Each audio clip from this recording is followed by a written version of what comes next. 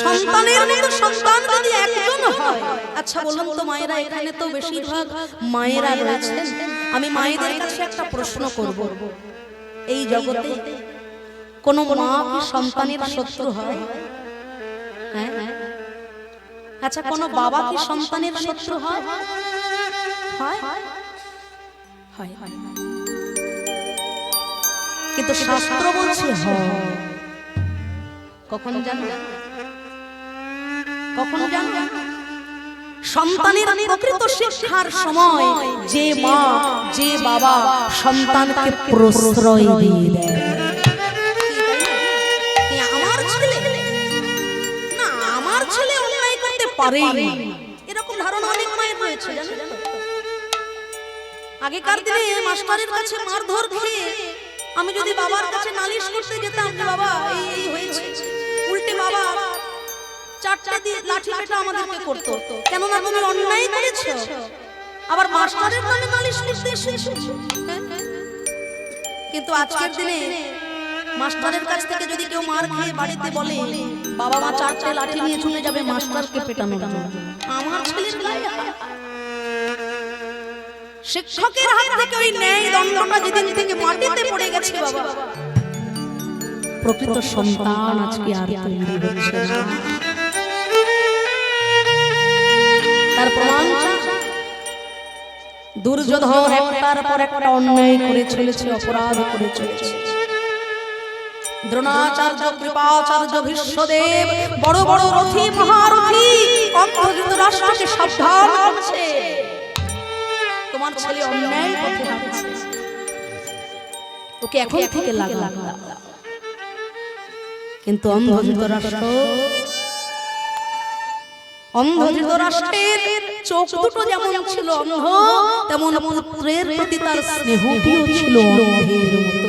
এই আমার ছেলে না, আমার ছেলে ভুল করতে পারে, আমার ছেলে অন্যায় করতে পারে, আর এই অন্যায়টাকে প্রশ্রয় দিতে দিতে দিতে দিতে ৯৯ খানা ছেলের সঙ্গে ১০০ খানা সন্তান মিলিয়ে সম্পূর্ণ বংশটাই অকালে একদিন ধ্বংস হয়ে গেল। আজকে আমার বলতে গেলে বড় আনন্দ হচ্ছে, শুধু যে পুত্র হলেই বংশ উদ্ধার হবে তা নয়, যদি কন্যার মতো কন্যা হতে পারে, সেই কন্যা হলো রত্ন সমান। বিশ্ব ব্রহ্মাণ্ডে যত যত দামি দামি রত্ন আছে, তার থেকে সবথেকে বড় রত্ন হলো কন্যা রত্ন। কন্যা রত্ন যদি সত্যি কৃষ্ণ ভক্তিমতী হয়, সেই কন্যা রত্নের দ্বারাও বংশে প্রদীপ জ্বলে, বংশ উদ্ধার। আজকে যে বাড়িতে আমরা আজকে হরি কথা কৃষ্ণ কথা সাধন করতে এসেছি, এই বাড়ির সংস্কার দেখে আমার মনটা আনন্দে ভরে গেল। এই বাড়িতে একসঙ্গে দুইটি যমজ কন্যা সন্তান জন্মগ্রহণ করেছে। যারা প্রকৃত ভক্ত তারা কিন্তু অন্তরে আনন্দ পাবে। দুটো মেয়ে হয়েছে তো কি হয়েছে, আরো দুটো ছেলে আসবে তোমার বাড়িতে, জানো, যদি ভালোবাসার মতো ভালোবাসাটাকে দিতে পারো। যখন মায়েরা গর্ভবতী হয়, মায়েদের ৭ মাসে একটা বিশেষ অনুষ্ঠান হয়, সেই অনুষ্ঠানটার নাম কি গো মা? শুধু যত স্বাদ আছে, যা স্বাদ আছে তাই পূরণ করে না, এরপরে তুমি ফিরে আসতেও পারো বা নাও আসতে পারো। তোমার বর্ষে প্রদীপ জ্বালানোর জন্য, তোমার বর্ষের মুখ উজ্জ্বল করার জন্য যে মেয়েটা নিজের জীবনটাকে বিসর্জন দিতে ছুটে যাচ্ছে একটি পুত্রের বাসনায়, আজকে তাকে কত তিরস্কার করছে, কত ঘরে ঘরে কত নারী কন্যা সন্তান জন্ম দেওয়ার পরে তাকে কত লাঞ্ছনা গঞ্জনা অপমানিত হয়ে এমনকি মৃত্যুর মুখে পর্যন্ত চলে যেতে হয়েছে।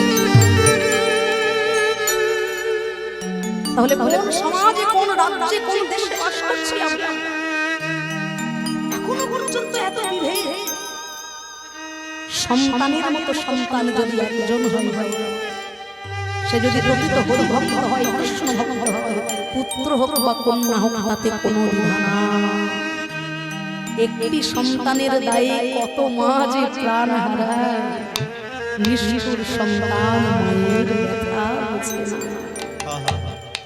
তাই আজকে এই বাড়ির সংস্কার দেখে আমার মনটা আনন্দ হলো যে অন্নপ্রাশন উৎসবে আমার কলকাতায় ম্যাক্সিমাম মায়েরা যেখানে জাগতিক অনুষ্ঠানের ব্যস্ত থাকে, নানা রকম অখাদ্য কুখাদ্য ভক্ষণ, যা কীর্তনের আসরে আমার বলাটাও কেমন একটা লাগে। জাগতিক আনন্দে মেতে থাকে, অখাদ্য কুখাদ্য ভক্ষণ করে, কত জীব হত্যা করে, কত নিরীহ প্রাণীকে হত্যা করে রক্তের বন্যা ভাসিয়ে দিয়ে অন্নপ্রাশন করে। কিন্তু গ্রাম বাংলার এখন সেই ঐতিহ্য রয়েছে। দেখুন, ওই ছোট ছোট দুটো কন্যার অন্নপ্রাশন উপলক্ষে আজকে স্বয়ং বিগ্রহ পূর্ণ ব্রহ্ম স্বয়ং ভগবান শ্রী গোবিন্দকে এনেছেন তারা গৃহ মন্দিরে। শুধু এনেছেন তা নয়, ভক্ত সেবা করছেন, বৈষ্ণব সেবা করছেন এবং সবার জন্য প্রসাদের ব্যবস্থা রেখেছেন। অন্য অখাদ্য কুখাদ্য সেবা নয়। ধন্য। আর এইরকম পরিবারকে আমরা সশ্রদ্ধ প্রণাম জানাই, যার সংস্কৃতি এত সুন্দর, যে ঘরের পরিবেশ পরিবার এত সুন্দর চিন্তা ভাবনা নিয়ে আছে। আজ এই হরিবাসরে এসে আমি বললাম, যদি আমার পূর্বজন্মের কোন সংস্কৃতি থেকে থাকে, এই হরি সংকীর্তন করে আমার কোন সংস্কৃতি থেকে থাকে, ওই কন্যা রত্ন দুটি যেন সত্যিকারের কৃষ্ণ ভক্তিমতী হয়ে উঠতে পারে। কেননা প্রকৃত ভক্ত হওয়া ভক্ত পরিবার ছাড়া হওয়া সম্ভব নয়। দৈত্যের ঔরসে প্রহ্লাদ জনমী ভুবনে রাখিল যশ, স্ফটিক স্তম্ভেতে প্রকট নরহরি হইলেন যাহার বশ। আজকে যার পিতা হিরণ্যকশিপু ভগবান মানে না, তার ছেলে ভক্ত প্রহ্লাদ, সে ভগবান ছাড়া কিছু জানে না।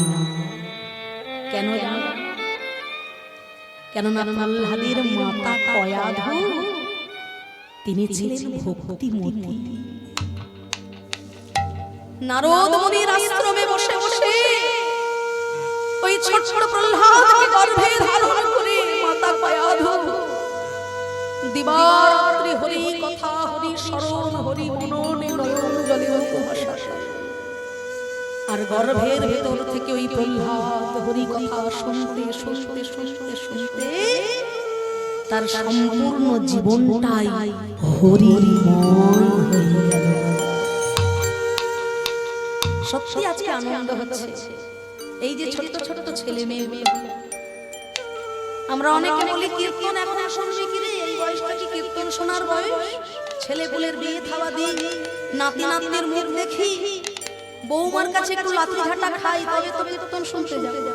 দেখো এই ছোট ছোট বাচ্চা, আমি জানি না কীর্তনের ওরা কতটা বোঝে, কি বোঝে, কিন্তু কত মনোযোগ সহকারে নীরবতা পালন করে ভক্তি সহকারে ওরা যে কীর্তন শুনছে, নিশ্চয়ই কোনো ভক্ত পরিবারের সন্তান হয়ে এসেছে। সংস্কার যদি সুন্দর না থাকে, সংস্কৃতি যদি সুন্দর না থাকে, কোনো ভক্ত সন্তান আসতে পারে না। আজকে আমার বলতে গেলে বড় গর্ব হয় যে পরিবারে আমার জন্ম হয়েছে। আমার পিতা পণ্ডিত শ্রী অনিল কুমার ভট্টাচার্য মহাশয়, তিনি কীর্তন শিক্ষক। আমার বাবার বাড়ির পরিবারটা সম্পূর্ণ বৈষ্ণব ভক্ত পরিবার। আমি ভগবানের কাছে একটুই প্রার্থনা করি যে জীবনে যদি আমার কোনো সংস্কৃতি থেকে থাকে, আবার যদি কোনোদিন আমার কোনো সংস্কৃতি কোনো কর্মের ফলে আমাকে মানুষ বলে জন্ম দাও, তাহলে যেন ওই রকম ভক্ত পরিবারে আমার জন্ম হয়। কেন জানো? কেননা ওই রকম ভক্ত পরিবারে জন্ম না হলে আজকে আপনাদের মতো এত সুন্দর হরি ভক্তের সঙ্গ আমি করতে পারতাম না। এখানে আমার কোনো সংস্কৃতি নাই, কিন্তু তাদের কাছে আমি আসতে পেরেছি বলে আপনাদের মতো হরি ভক্তের সঙ্গ আমি করতে পারি। কত দূর দূরান্ত, কত গ্রাম থেকে গ্রামান্তর ছুটে যায়। সারাদিন সারা রাত ধরে আমরা গাড়ি জার্নি করে কত পরিশ্রম করে সেই আসাম কোচবিহার দিনহাটা থেকে সারা রাত গাড়িতে করে জার্নি করে এসে আমরা আজকে আপনাদের এই হরিবাসরে উপস্থিত হয়েছি। তাহলে কত দূর দূরান্ত, কত ভক্ত সমাগম, কত ভক্তের চরণ ধুলা, কত ভক্তের প্রাণ ভরা আশীর্বাদ। ভক্ত পরিবারে জন্মগ্রহণ না হলে হয় না। হয়তো আমার কোনো জন্মে কোনো সংস্কৃতি ছিল, একদিকে যেমন আমার পিতৃকুল এত মহামূল্যবান সম্পদ আমি পেয়েছি ভক্ত পরিবারে জন্মগ্রহণ করে, অন্যদিকে আমার মা বাবা যে ঘরে আমার বিয়ে দিয়েছেন এই বাড়ির ভক্তরা জানতে চেয়েছিলেন, তাই বলছি। ঠাকুর শ্রী রামকৃষ্ণ পরমহংস দেবের পঞ্চম বংশের জ্যেষ্ঠ পুত্রবধূ হবার সৌভাগ্য হয়েছে আমার। যে বংশে মা শারদা বধূ মাতা হয়ে এসেছিলেন, সেই বংশের পঞ্চম বংশধর আমার স্বামী শ্রী সোমনাথ চট্টোপাধ্যায় মহাশয়। তিনি দক্ষিণেশ্বর মা ভবতারিণীর মন্দিরে মায়ের প্রধান পুরোহিত এবং অন্যদিকে তিনি বিশিষ্ট সঙ্গীত শিল্পীও বটে। উনি একজন বিশিষ্ট অল ইন্ডিয়া রেডিও আর্টিস্ট। আমার শ্বশুর মশাই দীর্ঘ 50 বছর ধরে দক্ষিণেশ্বর মা ভবতারিণী মন্দিরে মায়ের সেবা করেছেন। তিনি নিজে আমাকে কন্যা সম স্নেহ দিয়ে ভালোবাসা দিয়ে তার বাড়িতে আমাকে নিয়ে গিয়েছিলেন। এই বছর কোজাগরী লক্ষ্মী পূজার দিন সন্ধ্যা 6টার সময় ইহ জগতের মায়া কাটিয়ে তিনি ভগবানের অনন্ত ধামে যাত্রা করছেন।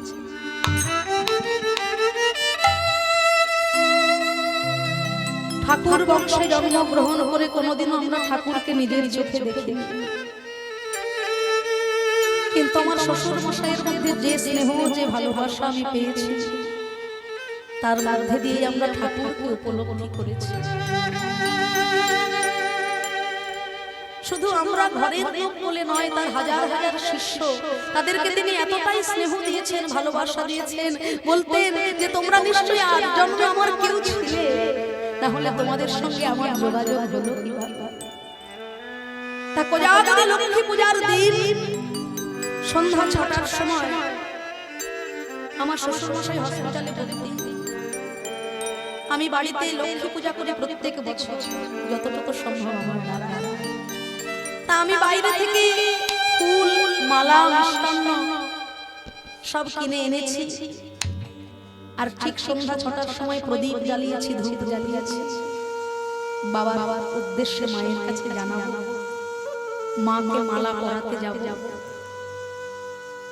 ঠিক সেই সময় আমার কাছে হসপিটাল থেকে ফোন এলো যে বাবা সেই মালাটা আর মাকে পরানো গেল না। সেই মালাটা আমার শ্বশুর মশাইকে দিয়ে তাকে শেষের বিদায় জানাতে হলো। তাই জীবনে যদি কোনো সুকৃতি থেকে থাকে সেরকম মা বাবা, সেরকম শ্বশুর মশাই যেন আমি প্রতি জন্মে জন্মে পাই, যদি কোনোদিন আবার মানব রূপে জন্ম হয়। না হলে আপনাদের মতো ভক্ত সঙ্গ আমি হয়তো কোনোদিনও করতে পারতাম না। তাই আপনাদের কাছে আমি প্রার্থনা করব, আমার শ্বশুর মশাইয়ের আত্মার চির শান্তি কামনায় একটু তার জন্য প্রাণ ভরে একবার বলবেন সবাই নিতাই গৌর।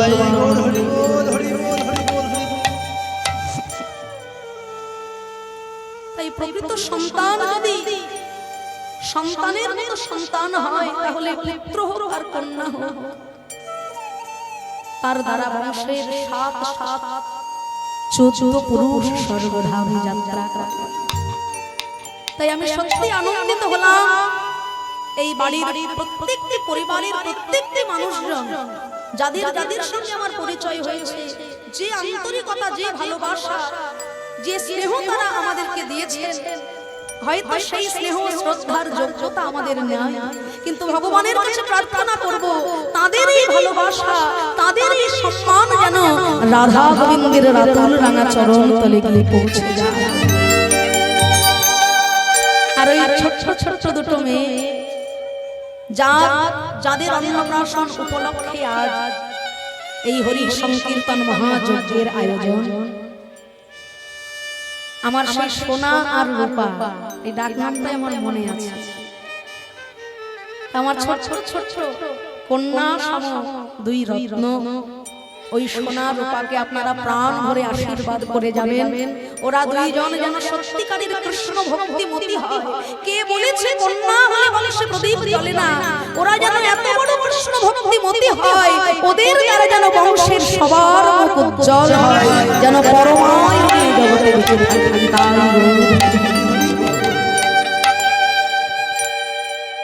তাই অন্তর্যামী ভগবান অন্তরে জানিলাম, ইচ্ছা প্রাণ হইবে তব হাসিয়া কহিলা। ভগবান সূর্যদেবের দিকে আড়ায়নে তাকিয়ে বললেন, ও সূর্যদেব, তুমি আমাকে কন্যা রূপে পেতে চাও, কিন্তু আমাকে কন্যা রূপে পাওয়া তো এত সহজ কথা নয়। আমাকে কন্যা রূপে পাওয়া কি এত সহজ? মা যশোদা গোপাল পেয়েছিল, এত সহজে পেয়েছিল মা? এই মা যশোদা ছিলেন আগের জন্মে ধরা দেবী। বাড়িতে অতিথি এসেছে, অতিথিকে সেবা দেওয়ার জন্য এক মুষ্টি তন্দুল তার ঘরে ছিল না। মুদি দোকানের কাছে গিয়ে নিজ স্তন কর্তন করে বন্ধক দিয়ে তন্দুল এনে যখন অতিথিকে সেবা দিলে, ধরা মায়ের পক্ষ থেকে এক বিন্দু রুধির ধারা পড়ল। ভগবান ছলনা করে বললেন, সে কি মা, তুমি কি তাহলে অপপুত্র অশশী? অশশী হইলে নারীর সেবা দিতে নাই, সে কথা কি কখনো তুমি শোনো না? ধরা মা বললেন, বাবা আমি পবিত্র নই, বাবা আমি অশশী নই। আজকে অতিথির সেবা দেওয়ার জন্য আমি আমার স্তন কর্তন করে মুদি দোকানের কাছে বন্ধক দিয়ে এসেছি। সঙ্গে সঙ্গে পূর্ণ ব্রহ্ম ভগবান আর ছলনা করে রইতে পারলেন না, নিজ মুখ ধারণ করে ধরা মাকে বক্ষ যুগলে জড়িয়ে ধরে বললেন, বাবু আজকে যে স্তন কর্তন করে তুমি আমার সেবা দিলে মা, আগত জন্মে তোমার সেই স্তনদুগ্ধ পান করে তোমার গোপালকে তোমার স্নেহের ছত্র ছায়ায় আমি বৃন্দাবনে বড় হইব। তাই আজকে পূর্ণ ব্রহ্ম ভগবানকে পাওয়ার জন্য ভগবানও বললেন যে শোনো শোনো সূর্যদেব, জগতের সৃষ্টি তত্ত্ব রক্ষা করার জন্য তুমি সূর্য রূপে থাকবে আকাশে, আর আমাকে কন্যা রূপে যদি পেতে হয়, শোনো সাধনা ছাড়া তো সেই সাধন পাওয়া যায় না।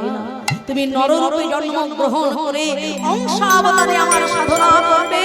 সাধনায় যদি আমাকে সন্তুষ্ট করতে পারো, তাহলে শুধু মোহিনী নয়, এই মোহিনী রূপী নারায়ণকেও যিনি মোহিত করতে পারেন, সেই রূপে আমি তোমার ঘরে কন্যা দেখা দেব।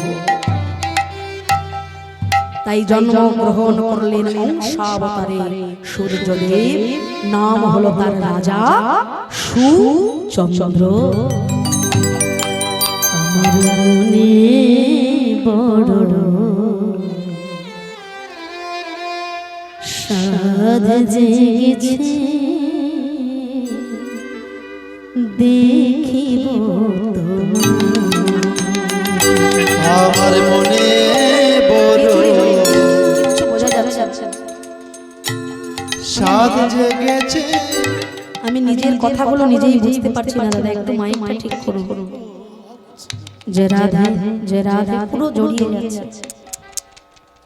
যে রাধে রাধে শ্যাম, ক্লিয়ার করুন না, ভয়েসটা ক্লিয়ার করুন। যে রাধে রাধে শ্যাম, যে রাধে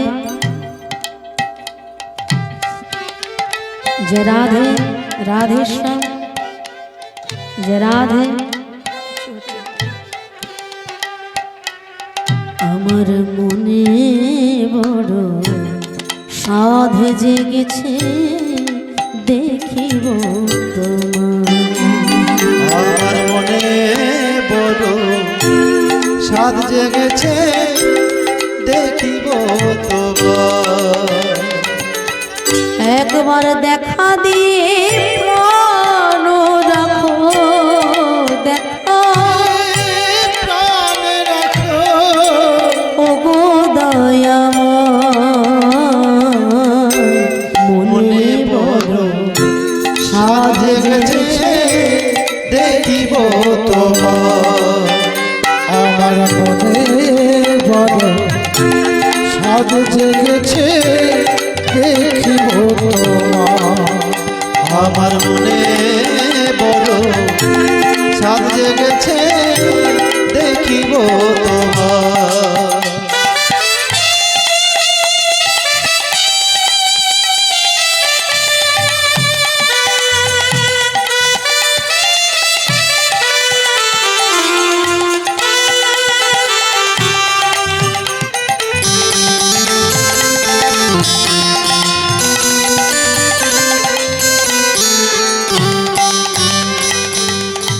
মোহিনী রূপেতে প্রভু এসো আমার ঘরে, নয়ন জলে করব সেবা,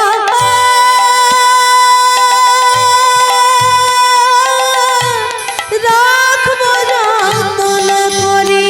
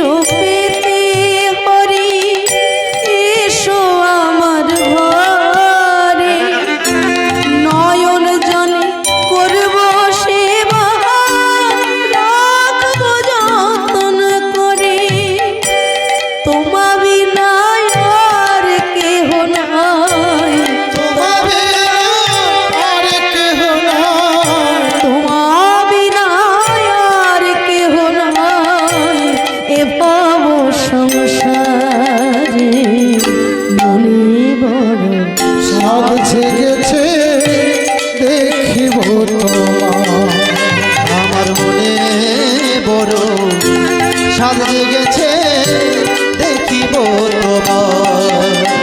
আমার মনে বড় সাধ জেগেছে, দেখিব তোমার।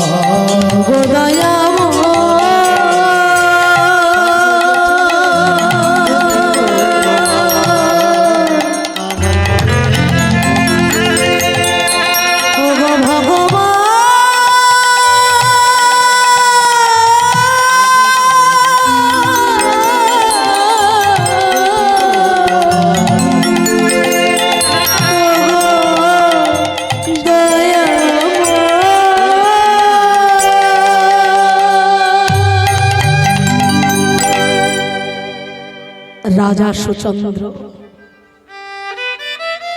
কঠোর তপস্যায় নিতে আছে, দেখা দাও হে মোহিনী রূপ ধারণকারী নারায়ণ, একবার দেখা দাও, একবার দেখা দাও। তুমি তো কথা দিয়েছিলে প্রভু, তুমি তো তো কথা দিয়েছিলে একদিন তুমি আমার ঘরে আমার কন্যা রূপে আসবে। আর কত ডাকবো, আর কত কাঁদবো দয়াময়, দেখা দাও, দেখা দাও। দেখতে দেখতে বহুদিন কেটে গেল। ভজনা সাধনা করতে করতে জীর্ণ শীর্ণ দেহ নিয়ে রাজা সুচন্দ্রের একদিন মৃত্যু হয়ে গেল।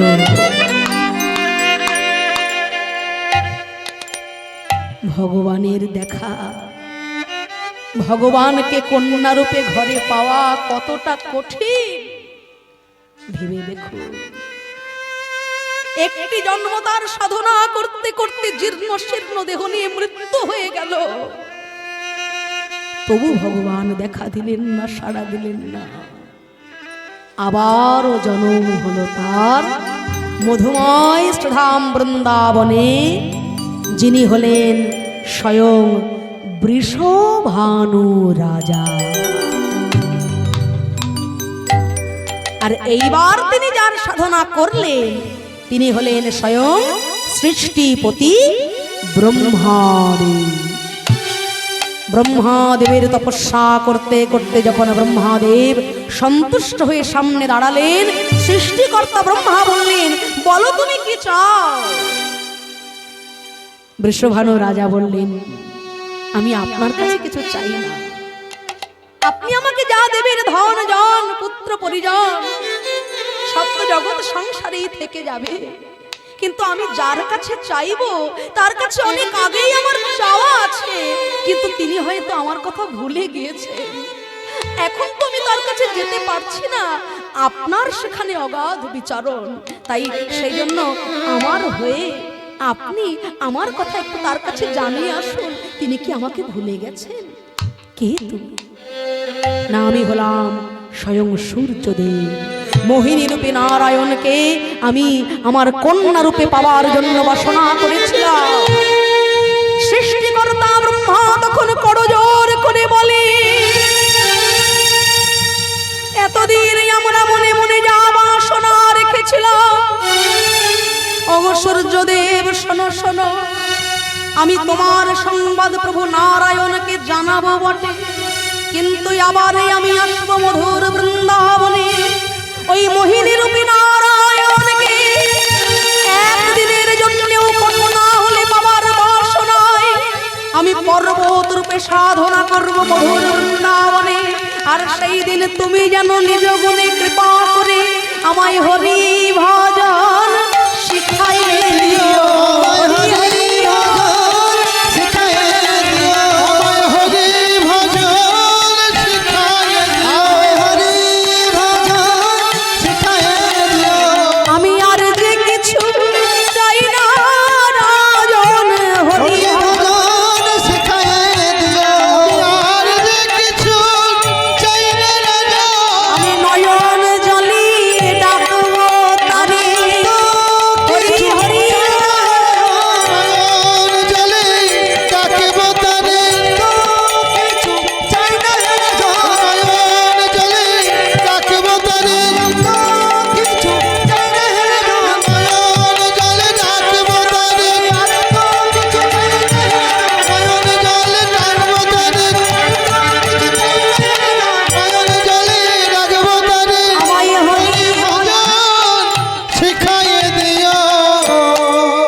সৃষ্টিকর্তা ব্রহ্মা বললেন, আমি আবার আসবো মধুর বৃন্দাবনে, আমি পর্বত রূপে বৃন্দাবনে তপস্যা করব ওই মোহিনী রূপী নারায়ণকে নয়ন করে দর্শন করার জন্য।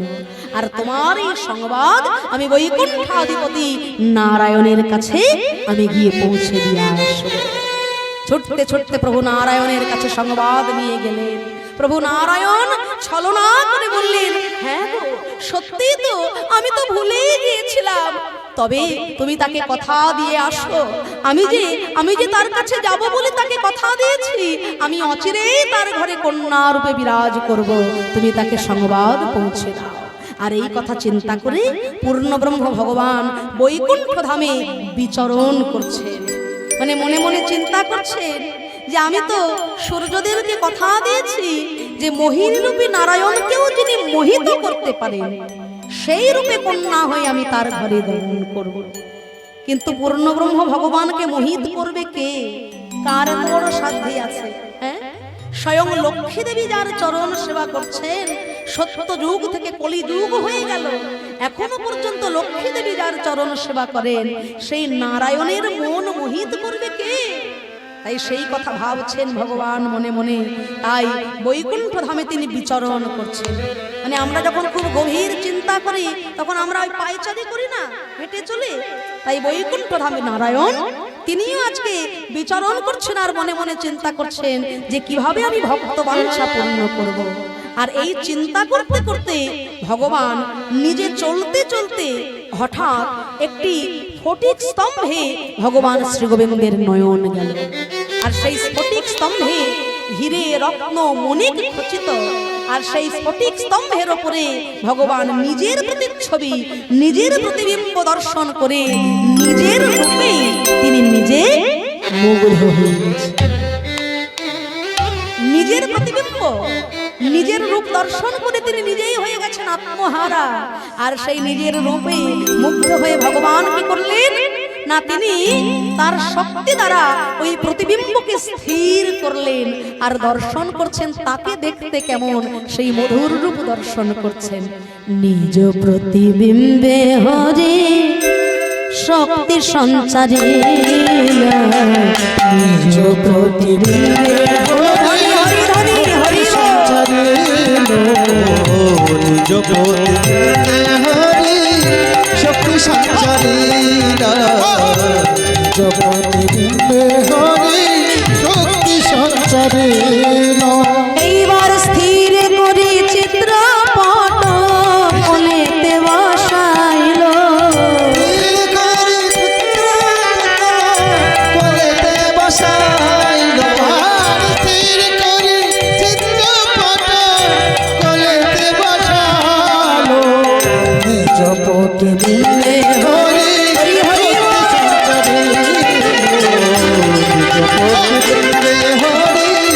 শক্তি সঞ্চারে, শক্তি সঞ্চারে। নিজ প্রতিবিম্ব কোলে লইয়ে ভগবান শ্রী হরি মনে মনে চিন্তা করছেন, এই প্রতিবিম্বে যদি আমি একটু নয়নে কাজল পরাইয়ে দিই, যদি একটু কপালে সিঁদুর লেপন করে দিই, যদি অঙ্গে নীল শাড়ি পরাইয়ে দিই, সেই শোভাটি কেমন হয়? তাই পূর্ণ ব্রহ্ম ভগবান আমার নিজ প্রতিবিম্বকে নিজ কোলে লইয়ে সাধনার দ্বারা তাতে শৃঙ্গার করেছেন। নয়নে কাজল দিল, কপালে সিঁদুর, আর নীল শাড়ি পরাইল দেখিতে মধুর। দেখিতে মধুর, নীল শাড়ি পরাইল দেখিতে মধুর। এইবার নানা জাতি পুষ্পয়ানি কেশবিন্যাস কহিল, নিজ প্রতিবিম্বে করি আপন ভুলিল, নিজ প্রতিবিম্বে হরি হরি হরি নিজ প্রতিবিম্বে হরি শক্তি সঞ্চারে, নিজ প্রতিবিম্বে হরি শক্তি সঞ্চারে। প্রতিবিম্ব কোলে লইয়ে পূর্ণ ব্রহ্ম ভগবান সেই প্রতিবিম্বকে নয়নে কাজল দিলেন, কপালে সিঁদুর লেপন করলেন, অঙ্গে নীল শাড়ি পরাইলেন, কেশ বিন্যাস করলেন। সেই রূপে মুগ্ধ হয়ে ভগবান বলে, ওগো প্রতিবিম্ব একবার কথা বলো, কথা বলো। তখন ওই প্রতিবিম্বের ভেতর থেকে শ্রী গোবিন্দের হ্লাদিনী শক্তি স্বরূপা শ্রীমতী রাধারানী কথা বলেছে। হে প্রাণনা, হরি হরি বল, হরি হরি বল। নিজ দাসী গণ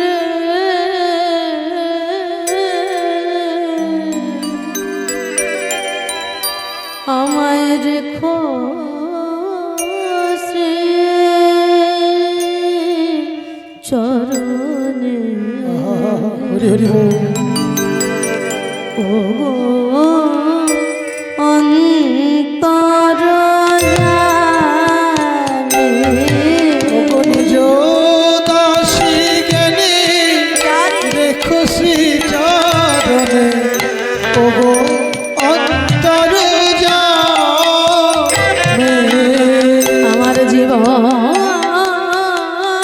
মরণে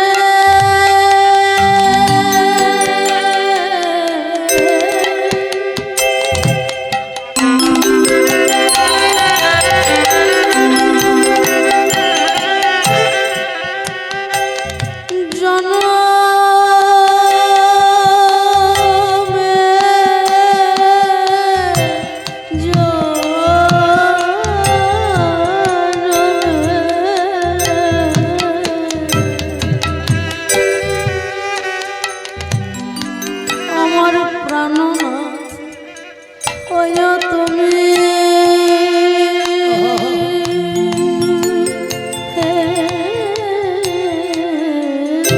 নিজ রাশি জ্ঞানে রেখো শ্রী চরণ ও অন্তর জানি দাসী জ্ঞানী রেখো শ্রী চরণে ওগো অন্তর জানে নিজ দাসী জ্ঞানী রেখো শ্রী চরণে ওগো অন্তর জানে তুমি তো আমার সকলে জানো। সকলি তুমি তো আমার সকলি জানো তোমায় বলে কত বোঝাবো বলো, তুমি তো সকলে বলে কত বোঝাবো বলো অগো তুমি সেই আমার সবাই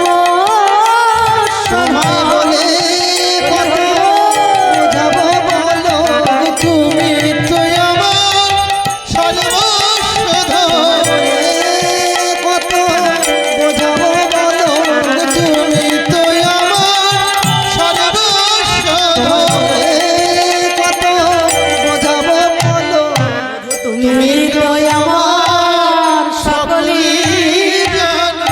আপন মাধুর্য হরে আপনার মন আপনায় আপনি চাহে করিতে আলিঙ্গন কৃষ্ণের অনেক শক্তি তাহে তিন প্রধান চিত শক্তি মায়া শক্তি জীব শক্তি এই জায়গাটা আমাদের একটু খুব ভালো করে বুঝে নেওয়া দরকার মায়েরা। আমরা বলি না এই তো কদিন কয়েক বছর আগেই কত সুন্দর গান হচ্ছিল, কৃষ্ণ করলে লীলা আমরা করলে বিলা। আপনারা শুনেছেন তো? হ্যাঁ, কি নাচ সেই গান। তাহলে দেখুন তো কত বড় স্পর্ধা আমাদের। কৃষ্ণ করলে লীলা আমরা করলে বিলা। কৃষ্ণ যদি পরের বাড়ির বউকে নিয়ে রাসলীলা করতে পারে, তাহলে আমি কেন পাশের বাড়ির বউদের সঙ্গে একটু ভালোবাসা করতে পারি না? নাকি গো? এই তো আমাদের যুক্তি। আমরা জানি না কৃষ্ণকে আর রাধাকে। নিজ ধর্ম সম্বন্ধে আমাদের এতখানি অবচেতনা, কত স্পর্ধা আমাদের। এই ধরনের কথা আমরা বলি কিন্তু কোনো প্রতিবাদের আঙুল ওঠে না। দেখুন বলছে কৃষ্ণের অনেক শক্তি তাহে তিন প্রধান। সৎ চিত আনন্দ হলো কৃষ্ণের স্বরূপ, আর সেই সৎ চিত আনন্দের মধ্যে আনন্দ অংশটা হলেন শ্রীমতী রাধা ঠাকুর। তাহলে অন্য কারোর ঘরের বউকে নিয়ে নয়, নিজের দেহের তিনটে অংশের মধ্যে একটি অংশ নিয়ে ভগবান শ্রী গোবিন্দ বৃন্দাবনে লীলা করলে। ভক্তি ছাড়া, অনুরাগ ছাড়া সেই পুণ্যধন কখনো পাওয়া যায় না। অলিগলির নায়ক নায়িকার সঙ্গে রাধাকৃষ্ণের অপ্রাকৃত মিলিত প্রভু, রাধাকৃষ্ণের অপ্রাকৃত প্রেমকে মিলিয়ে মিশিয়ে একাকার করা যায় না। এই যুগল ভজন ভক্তি ছাড়া, অনুরাগ ছাড়া, প্রেম ছাড়া কখনো সম্ভব হয় না। আচ্ছা, আপনারা দক্ষিণেশ্বর মন্দিরে কারা কারা গিয়েছেন একটু হাত তুলুন তো দেখি মায়েরা। বলে যদিও যেয়ে থাকে অনেক কষ্টে হাত দুটো গরম করেছি শীতের মধ্যে। আর চাদর থেকে বের করা যাবে না। যতই বলো আমি বের করছি না। একটা সত্য ঘটনা একটু বলবো, সেই জন্য বলছি। দক্ষিণেশ্বর মন্দিরের প্রধান দরজায় যখনই ঢুকবেন মায়ের মন্দিরের দিকে, তা মায়ের মন্দিরে যেতে গেলে মন্দিরের ঠিক বাম দিকেই দেখবেন সবার আগে পড়বে রাধা কৃষ্ণ মন্দির, তাই না? এখনো পর্যন্ত আগে রাধা কৃষ্ণ মন্দিরে ভোগ নিবেদন হবে, তারপর মা ভবতারিণী মন্দিরে পূজা শুরু হবে। তা বহু বছর আগেকার ঘটনা, আমার শ্বশুর মশাইয়ের কাছে শোনা।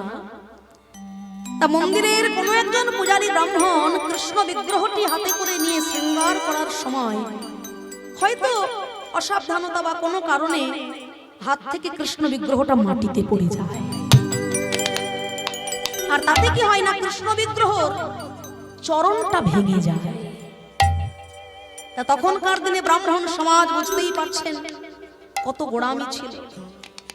যদিও শাস্ত্রে বিধান রয়েছে যে ভেঙে যাওয়া মূর্তি পূজা করা নিষিদ্ধ, তা তখনকার দিনের ব্রাহ্মণ সমাজ লোকমাতা রানী রাসমণিকে বলেছিলেন যে মাগো, ভেঙে যাওয়া মূর্তি শাস্ত্রে তো পুজো করা যায় না, তাই এই কৃষ্ণ বিগ্রহ সামনেই তো পতিত পাবনী গঙ্গা, ওই গঙ্গার জলে তুমি বিসর্জন দিয়ে দাও। আমরা এইরকম মূর্তি আবার আনবো, আবার এই কৃষ্ণ মন্দিরে পূজা শুরু হবে। এবার দেখুন ভক্তিটা কত সুন্দর। ঠাকুর শ্রী রামকৃষ্ণ পরমহংসদেব সেই স্থানে উপস্থিত হলেন, আর লোকমাতা রানী রাসমণিকে বলেছিলেন যে মাগো, তোমার তো এতগুলো কন্যা, তুমি মেয়েদেরকে বিয়ে দিয়েছো, প্রত্যেকটা জামাই তোমার কাছে পুত্র সমান প্রিয়, তাই না? আপনারা সিরিয়াল টিরিয়াল দেখেন তো? রানী রাসমণি না না সিরিয়াল দেখবেন, দেখবেন, ভয় পাওয়ার কি আছে? আরে বাবা, একটা মেয়ের যে কটা বিয়ে হতে পারে, শাশুড়িরও যে আবার 3 বার বিয়ে হয়, এগুলো সিরিয়াল না দেখলে কি আপনারা জানতে পারতেন? হয় না? হয় হয়। শাশুড়ি ঘাটে যাবার সময়ও আর একটা বিয়ে হয়ে যাচ্ছে। যেগুলো ভালো ভালো সেগুলো নিশ্চয়ই দেখবেন। করুণাময়ী রানী রাসমণি কত সুন্দর, হ্যাঁ? তা সেখানে তো দেখেছেন রানীমা তার জামাইদেরকে কত ভালোবাসতেন, মথুর বাবু সঙ্গে সঙ্গে থাকতেন সব সময়, হ্যাঁ? তা ঠাকুর শ্রী রামকৃষ্ণ পরমহংসদেব বললেন যে মাগো, তোমার এই এতগুলো জামাই যারা তোমার পুত্রের সমান প্রিয়, তাই এতগুলো জামাইয়ের মধ্যে যদি একটা জামাইয়ের পা ভেঙে যায়, তুমি কি তোমার জামাইটাকে গঙ্গার জলে ফেলে দিতে পারবে না? সে তো তোমার ছেলে, তাহলে তার পা ভেঙে গেছে বলে তুমি কি তাহলে গঙ্গার জলে ফেলে দেবে? সে কি বাবা, তা কি করে হয়? ছেলে অসুস্থ হলে মা কি তাকে ফেলে দিতে পারে? আমি চেষ্টা করব কলকাতার সবথেকে বড় ডাক্তার কবিরাজকে দিয়ে আমার ছেলেকে তাড়াতাড়ি সুস্থ করে আমার ঘরে ফেরানো। তাহলে মা, ওই যে কৃষ্ণ বিগ্রহ, যাকে তুমি এতদিন সেবা দিলে, যাকে তুমি এতদিন পূজা দিলে, আজকে তার চরণ ভেঙে গেছে বলে তাকে তুমি ভুলে যাবে, তাকে তুমি ফেলে দেবে? মা, ও যদি তোমার নিজের ছেলে হতো, তুমি তো ওকে ফেলে দিতে পারতে না মা। তাহলে বিগ্রহ রূপে নয়, সন্তান রূপে মাতৃ স্নেহে ওর দিকে একবার তাকিয়ে দেখো। রানীমা স্তম্ভিত হলে, না, এই কৃষ্ণ বিগ্রহ আমি ফেলতে পারবো না, যেমন ভাবে হোক এই মূর্তি আমাকে জোড়া লাগিয়ে দিতে হবে বাবা। ঠাকুর শ্রী রামকৃষ্ণ পরমহংসদেব নিজে হাতে ওই ভেঙে যাওয়া মূর্তির চরণ জোড়া লাগিয়েছিলেন।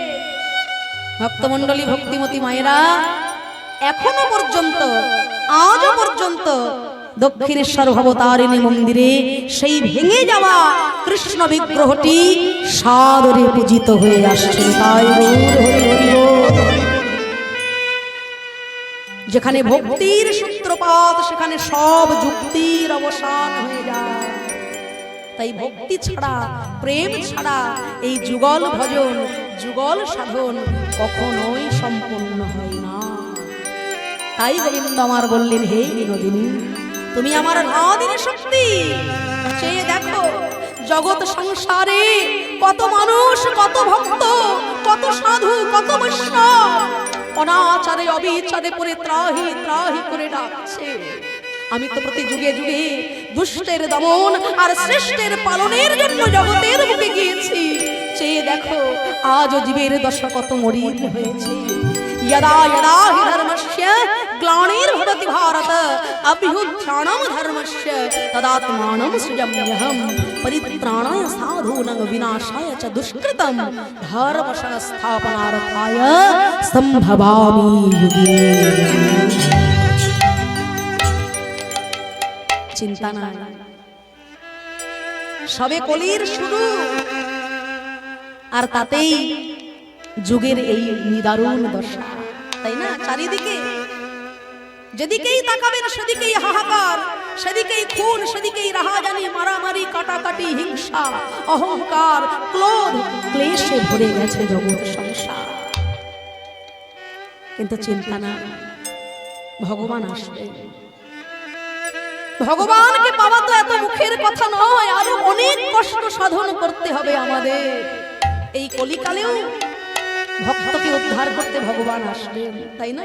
রাম জন্মানোর আগেই যেমন রামায়ণ রচনা হয়েছিল, বাল্মীকি মুনি লিখেছিলেন, তেমন এই কলিকালেও হতভাগ্য কলিজীবকে উদ্ধার করার জন্য, দুষ্টের হাত থেকে সাধুদেরকে বাঁচানোর জন্য ভগবান আসবেন। শ্রীমদ্ ভাগবত তা বলে গেছেন, কল্কি অবতারে ভগবান আসতে চলেছে। গ্রামটার নাম উল্লেখ আছে সম্বল গ্রামে, রাজা বিষ্ণু যশার ঘরে জন্মগ্রহণ করবেন কল্কি অবতার রূপে পূর্ণ ব্রহ্ম স্বয়ং ভগবান। মাতা হবে তার সুমতি দেবী, আর সেই পূর্ণ ব্রহ্ম ভগবানের কল্কি অবতারে ভগবানের যারা সঙ্গের সাথে হয়ে তাকে সাহায্যকারী রূপে থাকবেন, তারা হবেন সেই 7 জন চিরঞ্জীবী। এই জগৎ সংসারে জগতে যারা জন্মগ্রহণ করেছে তাদের প্রত্যেককেই মৃত্যুবরণ করতে হয়, নাকি তো? এটাই জগতের নিয়ম, এটাই হয়ে আসছে। তুমি মানুষ হও, পশু হও, জন্মগ্রহণ করলেই মৃত্যু আছে। জন্মিলে মরিতে হবে, অমর কে কথা কবে। কিন্তু এই কলিযুগে জন্মগ্রহণ করে এখনো পর্যন্ত 7 জন এই জগৎ সংসারে এখনো পর্যন্ত চিরঞ্জীবী হয়ে আছে। 7 জনের এখনো পর্যন্ত মৃত্যু নাই। যেমন তার মধ্যে বিভীষণ আছে, তার মধ্যে পবন পুত্র বীর হনুমানজি আছে, তার মধ্যে অশ্বত্থমা আছেন, তারও কিন্তু মৃত্যু নাই। অশ্বত্থমা তিনি যে গুরুতর অপরাধ করেছিলেন, সদ্যজাত শিশুর মস্তক ছেদন করে তিনি যখন উপহার দিয়েছিলেন, তখন সেই সদ্যজাত শিশুর মস্তক ছেদন অবস্থায় দেখে দুর্যোধনের মতো পাপিষ্ঠ পর্যন্ত কেঁদে উঠেছিল। তিনি বলেছিল, এ কি কাজ তুমি করেছ? আমার তো শত্রুতা পঞ্চ পাণ্ডবের সঙ্গে, কিন্তু এই সদ্যজাত শিশুর সঙ্গে তো আমার কোনো শত্রুতা নয়। এ তুমি কি করেছ? এই অপরাধ আমিও ক্ষমা করলাম না। সেই সদ্যজাত শিশুদের মৃত শরীর দেখে, মৃত মস্তক দর্শন করে দুর্যোধনের মতো পাপিষ্ঠ পাপীও চোখের জলে ভেসে মৃত্যুবরণ করেছিল। আর সেই পাপীকে হত্যা করার জন্য, সেই পাপীকে